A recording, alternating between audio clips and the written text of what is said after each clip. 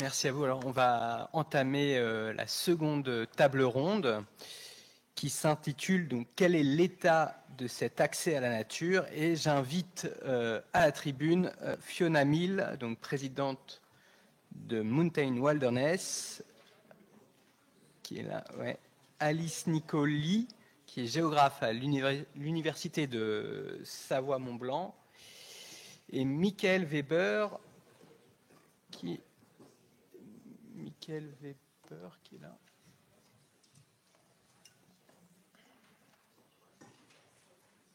J'ai pas vu Michael Weber. Ah si, où vous voulez. Ouais, je vous en prie, vous pouvez vous mettre là.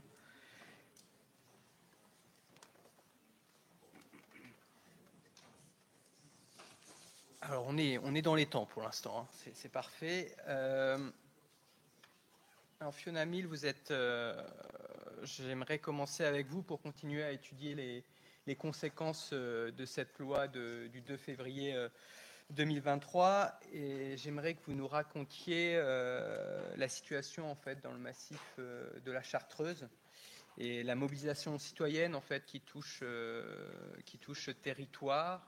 Il y a une forte pétition aussi contre cette fermeture des espaces naturels.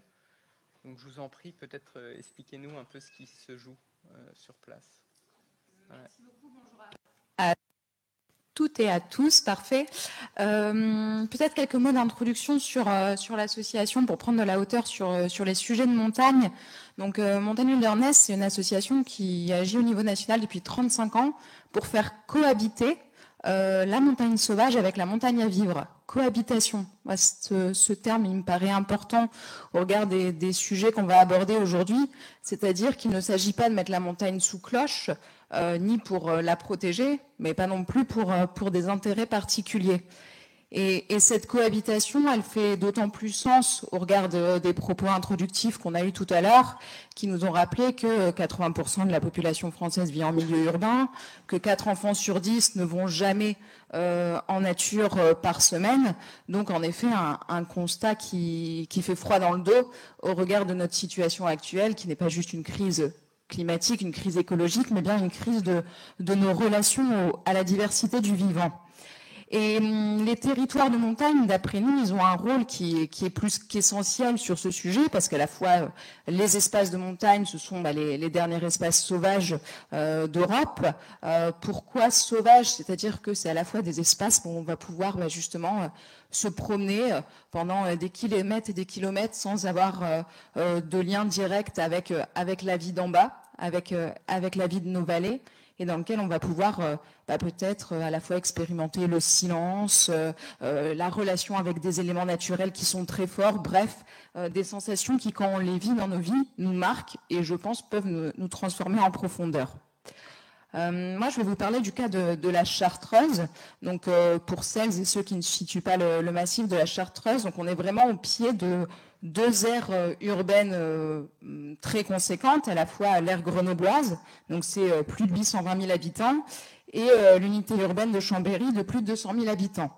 Donc là, quand on parle de relation entre la ville et la montagne, on est sur un contexte avec des enjeux très forts et avec une appropriation très forte justement de ces espaces montagnards, des habitants qui vivent dans ces aires urbaines et métropolitaines. Donc quand on parle du cas de la Chartreuse, donc on est sur à la fois un parc naturel régional, mais aussi sur une réserve, la réserve naturelle des Hautes-Chartreuses, où un marquis, en effet, est propriétaire d'une large partie de cette réserve, et il a décidé, il y a quelques mois, suite à cette loi, de fermer 750 hectares. Donc on n'est pas sur quelques hectares, 750 hectares d'espace de montagne pour justement tous les randonneurs, les grimpeurs, les photographes, les amoureux de la nature qui se rendaient justement sur ces terres. Il y a peut-être une slide qu'on peut passer où on voit justement, juste après. Voilà, ici. Alors, désolé, la mise en page a un peu bougé, mais vous voyez donc à la fois la carte et en rouge la zone concernée. Donc, on est vraiment sur une zone conséquente. Bien évidemment, cette fermeture, elle a fait bouger la société, elle a fait bouger les montagnards. En octobre, il y a eu une mobilisation où il y a eu plus de 1000 personnes qui se sont mobilisées donc, pour une manifestation très familiale. C'était super sympa de voir qu'il y avait des enfants de 4-5 ans, mais aussi des personnes de 80 ans qui se retrouvaient sur une mobilisation en marquant avec leur cœur Chartreuse libre. Et Chartreuse libre, en effet, c'est le nom du collectif qui s'est créé pour appeler justement à garantir le libre accès à ces espaces naturels. Et puis pour vous montrer peut-être la force de ce collectif et puis peut-être plus, j'ai envie de dire, l'attachement des montagnards à cet espace naturel, c'est qu'en quelques semaines, il y a eu 45 000 signatures. Donc c'est quand même une mobilisation qui est importante et qui est à souligner.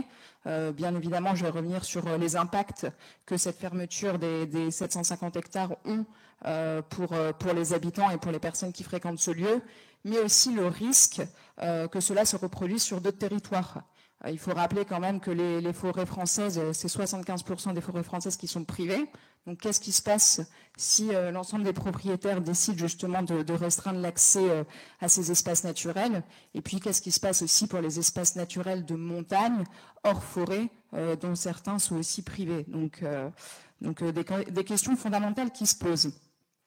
Moi, je vais vous proposer de revenir peut-être sur les différents arguments sur lesquels nous devons répondre justement sur le cas de la Chartreuse, pour les passer en revue avec vous, parce que ces arguments, ils sont donc utilisés par le Marquis, mais on les retrouve aussi dans d'autres territoires. On a parlé de Villeneuve-Loubet tout à l'heure, il y a aussi le cas des Vosges qui est concerné par cette fermeture d'accès. Le premier, c'est celui de la surfréquentation. Il y a eu une interrogation justement tout à l'heure sur le sujet, donc on s'est posé la question de la fréquentation. En effet, la montagne attire. Il y a de plus en plus de monde qui va en montagne. C'est lié aux besoins de nature, ça a été notamment flagrant après le Covid. Cette surfréquentation, c'est un sujet essentiel dont il faut qu'on débatte sur nos territoires. Mais est-ce que c'est le cas sur la réserve naturelle des Hautes-Chartreuses? En tout cas, nous, d'après ce qui a été évalué sur le terrain, si on regarde le domaine des Arches, donc qui est vraiment, on va dire, le territoire où il y a eu symbolique, où il y a eu plus de tension, on considère que c'est 900 personnes par an. 900 personnes par an, c'est pas de la surfréquentation. Donc il y a vraiment une exagération de cette question de la fréquentation par le Marquis. Il faut regarder justement les questions de fréquentation ailleurs. Si on regarde sur la Chartreuse, en effet, il y a des territoires qui sont très fréquentés. Donc se pose la question qu'Antoine disait tout à l'heure, si on coupe l'accès à certains espaces naturels, forcément d'autres vont être amenés à être davantage surfréquentés, donc il y a des enjeux là-dessus. Et puis pour nous, surtout la question de la surfréquentation, elle est surtout liée à l'accompagnement humain. Bien évidemment, se rendre en nature, se rendre en montagne, il y a des impacts. L'enjeu, c'est d'avoir le moins d'impact possible. Je pense que plutôt que fermer nos espaces naturels, le mieux, c'est d'investir dans la relation humaine grâce à de la médiation, à de la sensibilisation à l'environnement. Et peut-être que là, il y a de l'argent public à mettre sur ces sujets.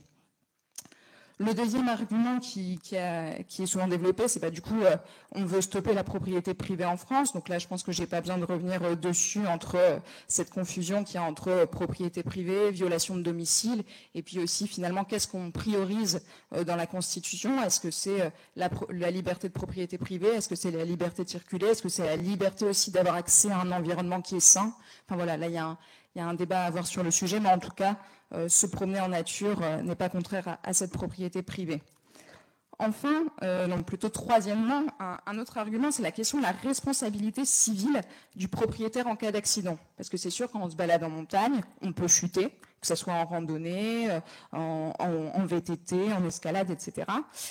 Et là, c'est très encadré par le Code du sport. Donc, je vais vous citer un article, l'article L311-1-1 du Code du sport qui indique que le gardien de l'espace naturel dans lequel s'exerce un sport de nature n'est pas responsable des dommages causés à un pratiquant sur le fondement du premier alinéa de l'article 1242 du Code civil, lorsque ceci résulte de la réalisation d'un risque normal et raisonnablement prévisible inhérent à la pratique sportive considérée.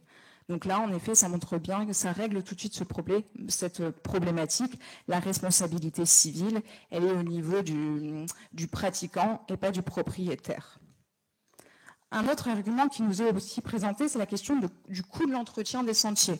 Bien évidemment, un propriétaire privé sur lequel des randonneurs vont venir se promener, il y a un coût d'entretien. Ce coût, il est assez faible, mais c'est normal qu'il soit partagé et il pourrait notamment être pris en charge par le département et un parc naturel régional dans le cas de la Chartreuse. Des propositions ont été faites au Marquis, ces dernières ont été refusées. Donc là encore, il y avait un objectif de médiation, de conciliation, et sur notre cas particulier, cet argument malheureusement ne tient pas. Et enfin, deux autres arguments qui nous concernent beaucoup en tant qu'association environnementale. Il y a cette question de l'impact sur la biodiversité. Bien évidemment, quand on va se balader en montagne, il faut le faire en toute responsabilité et avec le moindre impact possible. Par contre, ce n'est pas un propriétaire privé de faire la police de l'environnement sur son territoire. Pour cela, heureusement, on a déjà une institution pour ça qui est l'OFB, et c'est à cet organe justement de faire ce pouvoir de police. Donc si le propriétaire soulève justement des impacts sur la biodiversité, il peut notamment siéger au sein du comité consultatif. Dans le cas présent, c'est celui de la réserve naturelle des Hautes-Chartreuses, et de nouveau, de manière collégiale, on peut régler cette situation. Donc c'est le cas des impacts sur la biodiversité, mais la police de l'environnement, on peut aussi la mentionner concernant les incivilités, si on constate des feux, des décharges ou toute autre pratique qui ne sont évidemment pas du tout souhaitables dans nos espaces naturels qui sont à protéger. De nouveau, ce n'est pas aux propriétaires de faire le pouvoir de police, mais bien à l'OFB. Donc voilà, si on regarde ces différents arguments qui nous sont amenés dans le cas de la Chartreuse, on voit bien qu'on peut facilement les détricoter.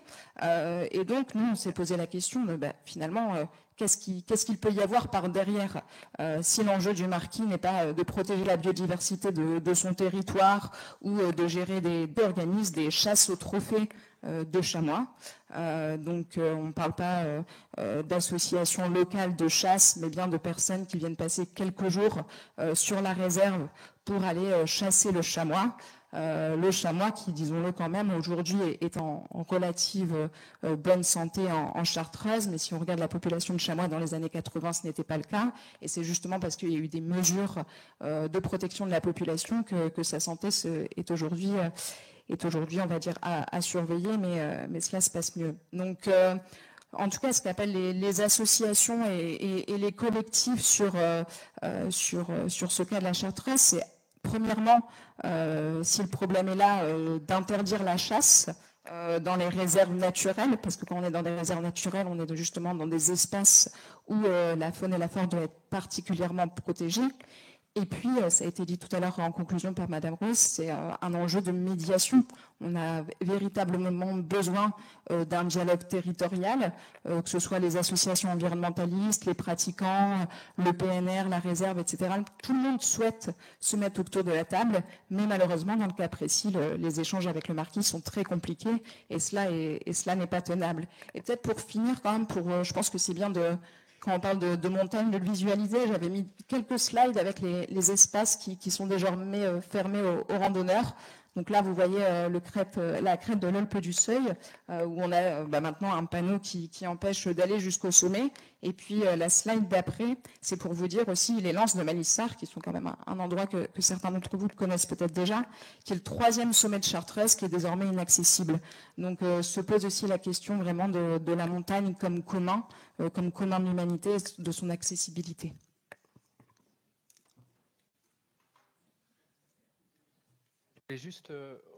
Merci beaucoup. Je voulais juste rebondir sur une statistique que vous avez donnée. Donc 75% des forêts sont privées. C'est important, mais souvent, quand on dit ce chiffre, on oublie aussi son extrême concentration, c'est-à-dire que 3% des propriétaires détiennent 50% des forêts privées. Et donc 11% des propriétaires détiennent 75% des forêts privées. Donc je voulais savoir aussi si, à partir de ces statistiques, vous ne craigniez pas un risque de contagion aussi, de ces menaces liées à la loi de février 2023. Oui, bien sûr, c'est à la fois, c'est pour ça que le collectif se mobilise sur la Chartreuse, mais aussi en relation avec d'autres collectifs au niveau national pour éviter justement ce risque de contagion. Et c'est dans l'intérêt de tous, justement, de protéger nos milieux naturels. Et si je fais le lien avec la montagne, finalement, il y a peut-être un enjeu même qui est, je me perds un petit pas de côté par rapport à votre question, mais c'est comment on arrive à voir la montagne comme un espace commun. Là, je m'écarte un peu des sujets forestiers, mais on a aussi des glaciers, des sommets, des endroits où on voit que ce sont des endroits merveilleux et qui méritent totalement d'être protégés et qui jusqu'ici, à la fois, on va dire, on a des territoires, on a de la protection forte, grâce notamment à nos parcs nationaux, et des territoires où on a un rapport qui peut être un rapport, on va dire, un peu plus de prédation vis-à-vis de ces territoires, notamment avec le développement d'une activité lucrative, beaucoup liée au tourisme. Et on peut faire des relations entre cette question justement de la chasse de trophées et puis des fois de se dire on va s'approprier un espace naturel pour développer une activité économique court-termiste. En tout cas, se pose vraiment dans le fond, la question derrière cela, c'est quel rapport on souhaite avoir à la montagne. Est-ce que c'est un rapport sensible, parce qu'on considère que c'est des territoires sauvages exceptionnels et qu'il convient de les préserver, ou est-ce qu'au contraire, on se dit, non, on a un rapport lucratif ou personnel à ces derniers. C'est un dernier rebond. Vous parlez de montagne comme commun. Après, le micro est là, ouais. Vous parlez de la montagne comme commun, donc ni espace privatisé, ni espace de loisirs. Quelle traduction juridique ou quelle traduction en droit, oui, ça pourrait trouver cette idée de montagne comme commun ou de forêt comme commun? Comment vous voyez? Alors, je ne suis pas juriste, donc j'ai du mal à répondre à cette question. Je rebondis sur cette question. La montagne, elle peut être une montagne de loisirs. Par contre, ce qui est difficile, c'est comment un territoire de montagne n'est pas accaparé par un loisir. Il y a de plus en plus d'usages en montagne. Si on reprend l'idée de la Chartreuse, on va retrouver des randonneurs, on va retrouver des vététistes, on va retrouver des grimpeurs, on va retrouver des chasseurs, on va retrouver plein de personnes qui circulent en montagne, qui ont besoin de cohabiter ensemble. Il y a ce besoin de dialogue pour voir comment un usage ne prime pas sur un autre. Et là, si on prend le cas d'écoles, finalement, on ferme l'accès à des randonneurs, des grimpeurs et des skieurs de rando, mais on dit les chasseurs, pour cette chasse de trophée, c'est OK. Donc, c'est clairement problématique. Et là, je pense que tout ne se réglera pas par le droit. Il y a des choses qui vont devoir se régler au niveau territorial par le dialogue. Mais par contre, en effet, on a besoin de venir renforcer la protection là où cela est nécessaire.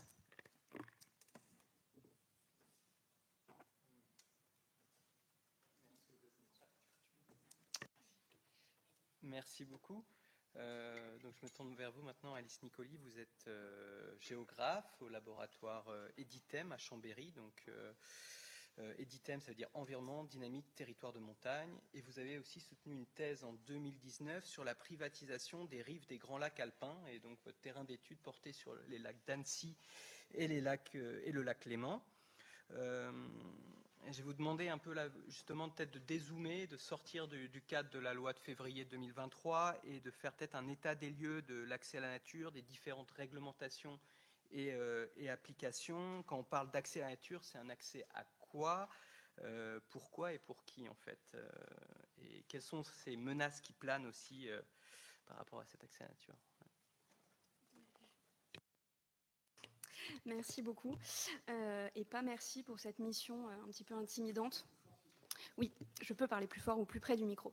Donc je disais, c'est faire un état des lieux à proprement parler, porter aujourd'hui, en 10 minutes, oui en plus, 12 porter la casquette de géographe dans ce débat, c'est pas évident parce que un état des lieux à proprement parler, dans les règles de l'art, j'ai envie de dire, c'est un petit peu illusoire à ce jour malheureusement pour plusieurs raisons. La première, c'est qu'il y a assez peu de travaux et de données harmonisées sur ces questions à l'échelle nationale. Dézoomer complètement et avoir des éléments clairs à l'échelle nationale dans l'état actuel de la littérature scientifique, c'est pas facile. C'est en grande partie pas possible. La deuxième raison, c'est que dans les faits, moi c'est ça qui va m'intéresser en tant que géographe, la réalité pratique. Dans les faits, il y a beaucoup d'écart entre le droit, son application et la réalité des pratiques. Et des pratiques qui sont, pour la plupart, des pratiques individuelles. Et puis la dernière raison sur laquelle je vais pas mal m'attarder, c'est en fait le fait que cette idée d'accès à la nature, elle est extrêmement englobante et qu'en fait elle recouvre une extrême diversité de situations sur toute une série de critères. Donc c'est ça le premier constat que je voudrais faire. On peut peut-être passer la première slide.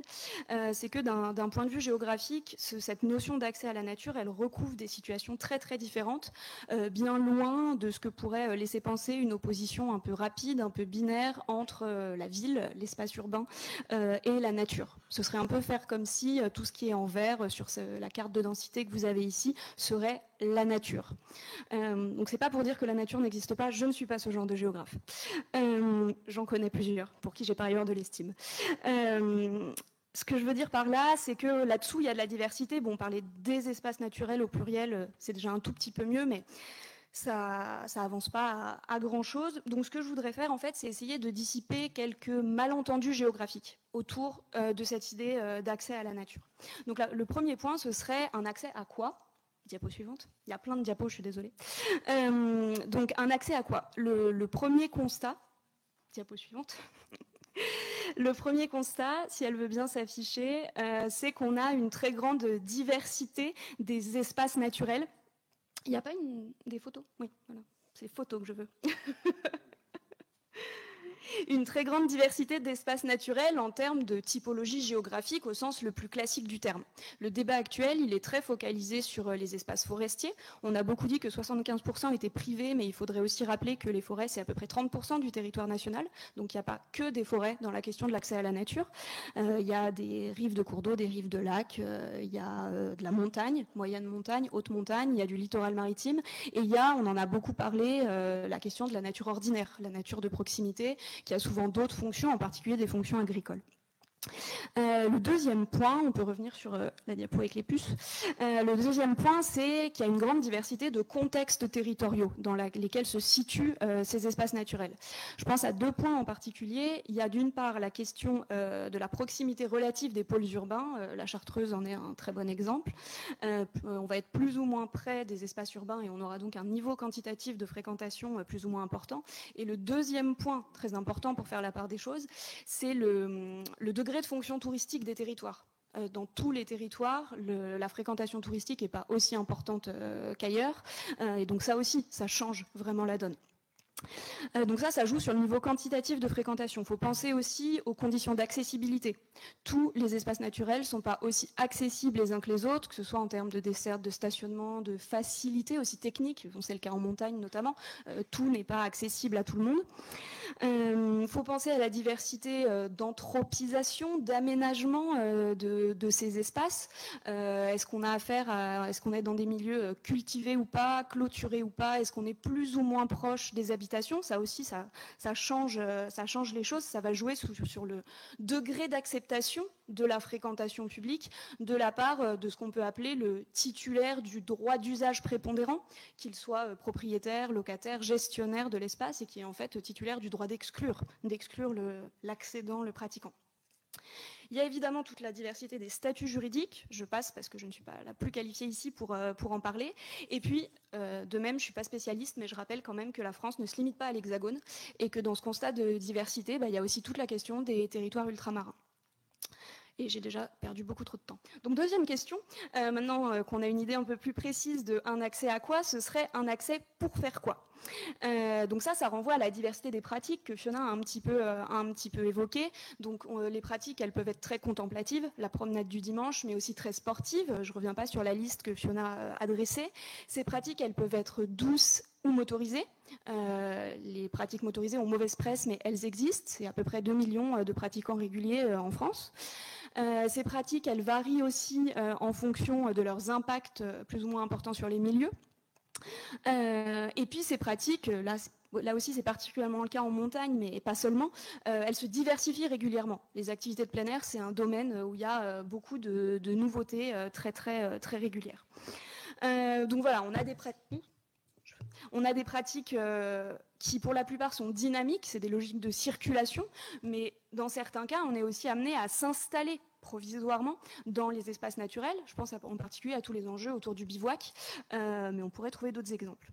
Donc tout ça, Fiona a utilisé tout à l'heure un mot avec lequel je suis tout à fait d'accord, ça pose la question de la cohabitation des usages en termes d'une part de conflits d'usage entre pratiquants de loisirs, le vététiste qui coupe la route, le chemin du randonneur, mais aussi, et peut-être même surtout, de cohabitation de ces usages récréatifs avec les autres fonctions des espaces naturels, et je pense en particulier à leurs fonctions écologiques, bien évidemment, mais aussi à leurs fonctions productives. On a parlé d'agriculture, il faudrait penser au pastoralisme aussi dans un certain nombre d'espaces. Donc voilà, il y a peut-être un prisme à corriger autour de ce sous-entendu que l'accès à la nature, c'est l'accès à la nature pour les loisirs. Et ça, en fait, ça pose une question qui, à mon sens, est majeure, qui est celle de la légitimité des différents usages, des différents usagers et usagères. On rappelle que la légitimité, c'est une construction, c'est situé historiquement, culturellement, sociologiquement, géographiquement. Ça, j'espère qu'on est tous d'accord là-dessus.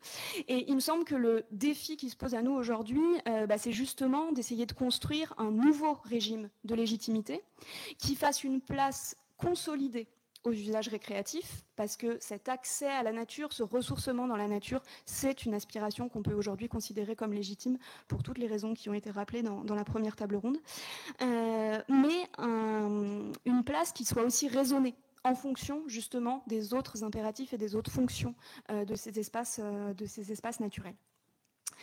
Le troisième point à dissiper, c'est la question du pour qui. Un accès pour qui. Ça renvoie à toute la diversité, c'est lié à la diversité des pratiques, c'est la diversité des pratiquants et des pratiquantes, à quel point ils connaissent leur milieu de pratique, quel est leur rapport à l'environnement, est-ce que c'est juste un terrain de jeu ou est-ce qu'ils ont une fibre environnementaliste. Il y a aussi la question du combien, est-ce qu'on pratique tout seul, en petit groupe, en grand groupe, tout ça aussi, ça change les choses.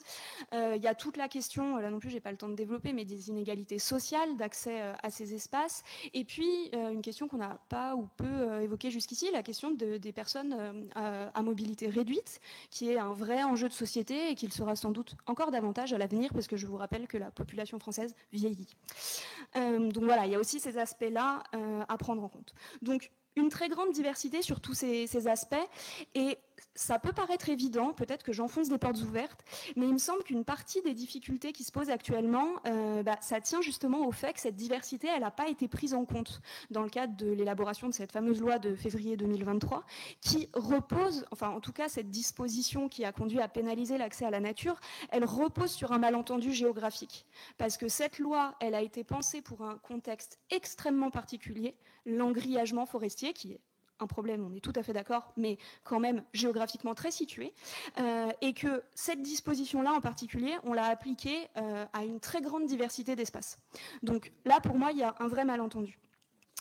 Et la dernière question que je voudrais poser, c'est une question un peu différente des trois précédentes. C'est un autre genre de malentendu qui consiste en fait à imaginer que les espaces naturels seraient des espaces de totale liberté, où n'importe qui viendrait faire n'importe quoi, qu'on a pas mal entendu ce matin. Et je voudrais rappeler que dans les faits, en espérant que mes photos vont marcher cette fois, dans les faits, de nombreux dispositifs de régulation des accès et de régulation des usages existent déjà. Là aussi, il y a de la diversité. Je vais refaire une petite liste, mais on peut rester sur les photos, ça nous égaye le cerveau. Il y a évidemment la privatisation pure et simple, qui est une question très actuelle, mais pas nouvelle. On pourrait parler de ma thèse, si vous voulez. Et qui, surtout, n'est pas le seul processus en jeu. Il y a aussi beaucoup de mesures publiques prises à différentes échelles qui régulent les accès et les usages. Les interdictions totales et permanentes d'accès, c'est rare. Il y a quelques types de dispositifs de protection de l'environnement qui représentent une part négligeable du territoire national. On pourrait penser aux camps militaires aussi. Certains font plusieurs centaines de kilomètres carrés et peuvent constituer des espaces remarquables. Je pense par exemple dans le Var au camp de Canjuers. Les interdictions totales, c'est rare. Le plus souvent, il s'agit de régulation. On régule les accès, on régule les usages sur des critères, donc ça peut être temporaire, ça peut être permanent, ça peut être ciblé sur un site particulièrement sensible, ça peut être ciblé sur une pratique ou des pratiques qu'on considère comme particulièrement impactantes. Les motifs peuvent être variables aussi. On régule pour protéger les milieux, on régule pour la gestion du risque, le risque pour le pratiquant, risque avalanche par exemple, le risque pour les milieux, risque incendie par exemple. Enfin voilà, on avait parlé des quotas aussi tout à l'heure. Enfin, là aussi on pourrait passer des heures sur cette liste. L'accès et les usages des espaces naturels sont cadrés, sont codifiés et ils pourront continuer à l'être à l'avenir en fonction des nouveaux enjeux. C'est cette idée d'un nouveau public qui déferle et qui fait n'importe quoi, peut-être. Et encore, c'est très situé, très localisé. Et puis surtout, toute l'histoire, notamment des espaces naturels protégés, montre qu'on peut éduquer le public et que les usagers s'adaptent, s'éduquent et peuvent adopter des comportements respectueux de l'environnement. Et ce que montre aussi cette question des régulations des accès et des usages, c'est que en fonction de la manière dont on fait les choses, c'est plus ou moins bien accepté. Et si on regarde l'acceptation sociale de ces mesures de restriction, de régulation, elle varie en particulier en fonction de la granularité. Est-ce que c'est fin ou est-ce qu'on dit « allez hop, on ne veut plus voir personne » en fonction du motif. Les aspects sécuritaires, environnementaux sont généralement, globalement, assez bien acceptés. Et en fonction de l'origine de la mesure. Et c'est vrai que dans les faits, les cas de conflit qu'on connaît, ils sont quand même souvent liés au fait que ce soit un acteur privé qui ait pris la décision. Donc si vous me laissez encore une toute petite minute. Un dernier point pour conclure et ouvrir un petit peu, c'est que effectivement, ça a déjà été dit, on est aujourd'hui dans un contexte de raidissement autour de ces questions d'accès à la nature. Donc à nouveau petite liste, c'est mon côté prof, pour différentes raisons. L'accès à la nature, il est remis en cause parce qu'on continue d'artificialiser les sols. Et ça remet en cause, bon, il y a tout l'aspect des conséquences écologiques, ça c'est un peu moins ma partie, mais ça réduit en particulier l'accès à des espaces de nature ordinaire, de nature de proximité. On peut penser aussi, dans ce contexte de remise en cause, à l'acharnement réglementaire, et je pèse mes mots, qui a été constaté au début de la crise sanitaire du Covid, avec une pluie d'arrêtés préfectoraux et municipaux qui s'est abattue sur l'accès aux espaces naturels. Il y avait une petite carte après, mais j'aurais pas le temps de la commenter. Le troisième point, c'est tous ces débats sur lesquels Fiona est revenue sur la surfréquentation des espaces naturels. Cette notion de surfréquentation, elle pose problème. Elle n'est jamais définie. On ne prend jamais le temps de l'objectiver. C'est surfréquenté à partir de combien? C'est surfréquenté du point de vue de qui? Enfin, voilà, c'est une notion hyper glissante qui est surtout un argument en fait, qu'on manipule en fonction des besoins du moment. Donc ces débats-là, ils contribuent aussi à radicaliser un petit peu la situation dans certains espaces avec toutes les problématiques aussi d'assurance et de responsabilité juridique en effet. Et puis, évidemment, par des évolutions législatives telles que celle de l'année dernière, et surtout par la rapidité avec laquelle ça a été approprié par les acteurs concernés. Je m'arrête. Pardon. Merci beaucoup, Alice Nicoli, pour cet état des lieux exhaustif de la situation. Michael Weber, vous êtes sénateur de la Moselle, vous êtes président aussi de la Fédération des parcs naturels régionaux. Et justement, je pense que ça peut être intéressant de voir quelles leçons tirer à partir de l'expérience des parcs naturels régionaux. On a parlé tout à l'heure, Fiona Mill parlait de cohabitation, de conciliation et entre différents usages. Et vous-même, en tant que président de la Fédération des parcs naturels régionaux, vous êtes au cœur d'une équation difficile aussi de comment peut-on élargir l'accès à la nature sans dégrader les écosystèmes et quelles sont les leçons donc à tirer de la mise en place des parcs naturels régionaux aujourd'hui? Bien, merci. Je voudrais, avant de présenter mon propos, peut-être remercier d'abord Lisa Bellucco et Jérémy Jordanov pour l'organisation de ce colloque, parce que je pense, et on doit en prendre conscience, qu'on est face à un immense problème, face à l'appropriation de la nature de nos concitoyens. Je pense que ça répond à un changement de société. Pendant très longtemps, finalement, tous ceux qui géraient des espaces naturels essayaient de les valoriser. Je donnerai 2 exemples tout à l'heure, très simples, pour en quelque sorte faire en sorte que ces espaces qui sont la plupart du temps ruraux accueillent du public, accueillent du monde, accueillent du touriste.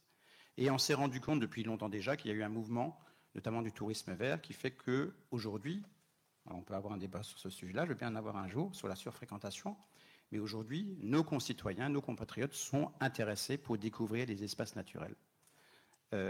Tous les espèces d'hébergement sont aujourd'hui occupés.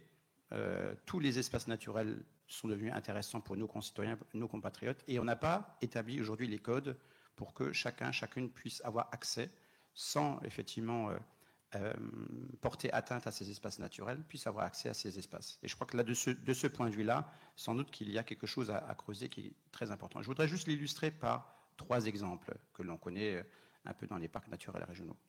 Le premier, c'est que quand je dis tourisme de nature, ça veut dire que nos concitoyens, en fait, veulent du tourisme expérientiel. Un exemple, c'est les touristes qui vont dans le Haut-Jura, un espace où il y a l'un des grands prédateurs, c'est le gentil grand prédateur, le lynx, celui que tout le monde aime.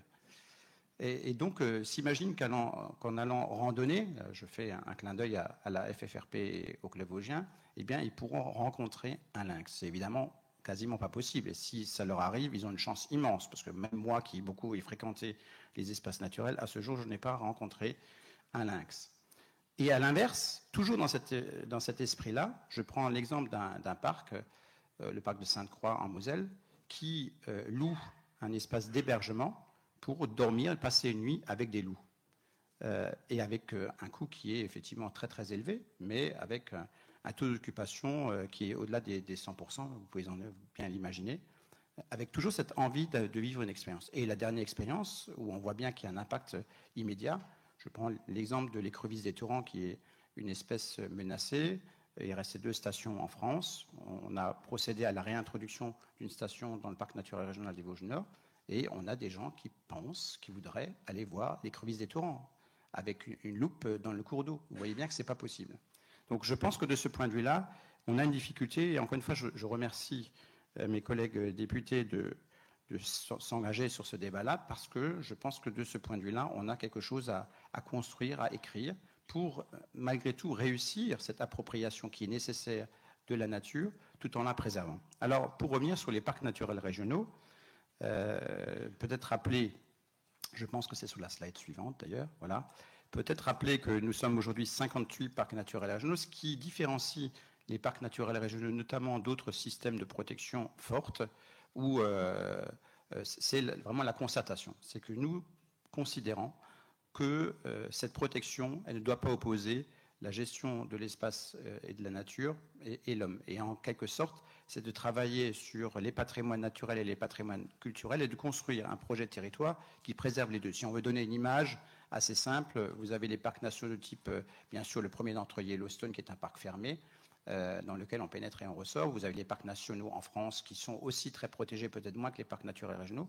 Et il y a ces parcs naturels régionaux qui sont un espèce de mini-parlement, mais qui avec l'ensemble des représentants des collectivités, communes, interco, départements, régions, et des financements, mais qui certes investissent la question du patrimoine naturel, mais aussi du patrimoine culturel, parce qu'ils considèrent que la nature, elle a façonné la spécificité territoriale d'un territoire. Ça peut être le cas du bois, de la pierre dans le parc que je connais bien, qui est celui des Vosges Nord. Ça peut être l'agriculture, le pâturage ailleurs. Enfin voilà, c'est vraiment ce lien. Et en réalité, notamment lors du débat qu'il y a eu sur les 50 ans des parcs, on parlait d'un nouvel humanisme pour la nature. Donc cette idée-là d'avoir des projets qui sont des projets équilibrés. Et je rappelle que la charte des parcs, la charte d'un parc, elle a une validité de 15 ans et que nous sommes aujourd'hui à peu près à 17% du territoire français qui est recouvert. C'est un des sujets pour nous aussi, parce que si l'on fait référence à ce que j'ai évoqué tout à l'heure sur l'intérêt porté par nos concitoyens sur les espaces naturels, aujourd'hui on a de plus en plus de territoires qui voudraient être constitués en parcs naturels régionaux, ce qui pour la Fédération est un souci, puisque nous souhaitons garder une exigence de cette valeur parc naturel régional. Peut-être dire aussi que quand on aborde un sujet, et je prends encore une fois un sujet que je connais bien, puisqu'on parle notamment du lien qu'il peut y avoir avec la propriété privée, du moment où on intervient sur les territoires, vous imaginez que forcément nous avons dans les parcs naturels régionaux aussi affaire à des propriétaires privés. dans le parc que j'ai présidé jusqu'à il y a quelque temps encore, celui des Vosges Nord, nous avons un propriétaire forestier sur 5000 hectares qui, évidemment, quand on parle de mise en œuvre de Natura 2000, de réserve nationale, d'accès à la nature par de la randonnée, eh bien, pose des questions. Le parti qui a été le nôtre, c'était d'inverser en fait l'approche et de dire que, pour prendre l'exemple de la forêt, eh bien, on ne pourra pas répondre à cette attente-là. Or, aujourd'hui, c'est des questions de moyens, effectivement, qui sont importants. Là, sur ces sujets-là, ce n'est pas de l'investissement, je suis désolé de le dire, c'est de l'ingénierie, c'est de la pédagogie, c'est des gens qu'il faut sur le terrain. On peut mettre tous les panneaux que l'on veut dans une réserve nationale. Il n'y a rien de mieux que la pédagogie où un chargé de mission, un garde de cette réserve-là, va discuter avec les gens. En 10 minutes, il aura expliqué beaucoup mieux que n'importe quel panneau que l'on pourra mettre et qui aura été tagué. C'est malheureusement, ou heureusement d'ailleurs, c'est plutôt une vertu en la matière, mais je pense que ce contact humain où une personne explique à une autre dans quel espace il se trouve et comment est-ce qu'il faut effectivement le respecter, je pense qu'il n'y a rien de mieux. Donc, et encore une fois, là où je suis aujourd'hui totalement effaré, c'est que quand on parle notamment de l'Office français de la biodiversité qui a fait l'objet de récriminations, de condamnations, enfin pas de condamnation, mais où il a été montré du doigt, notamment avec cette crise agricole que l'on vient de vivre, c'est exactement l'inverse qu'il faudrait faire. C'est-à-dire, bien sûr qu'il faudrait peut-être moins, mais il faudra surtout beaucoup plus de gens qui sont là pour expliquer et pour accompagner cette transition que finalement tout le monde, je crois, au fond, veut quand même si on peut s'interroger sur les moyens que l'on met en œuvre. Mais c'est absolument nécessaire. Et face à ce débat et à ce changement, en quelque sorte, de société que j'évoquais en introduction, tout à l'heure, je crois qu'il y avait une question qui était intéressante sur la question de la forêt et de l'accès à la nature. Hein, il y a un débat actuellement qui est celui des biens communs. La problématique, c'est que si l'on parle des biens communs, l'eau, l'air, que sais-je encore, la nature est sans doute un bien commun. La difficulté, c'est qu'il y a le sol sur lequel est posée cette nature. Et donc, tant qu'on n'a pas réglé le problème du bien commun, nature, espace naturel, avec le lien qu'il y a avec la propriété, ça va poser, à mon sens, un problème. Mais en effet, il est évident que la question, c'est la question de moyens, pas simplement d'investissement, peut-être même pas, surtout, mais d'accompagner les associations, les agents, des réserves, des parcs nationaux, des parcs naturels régionaux, des conservateurs d'espaces naturels et d'autres qui sont au contact direct de ces gens qui vont découvrir ces espaces naturels, ce que, encore une fois, j'appelle de mes voeux.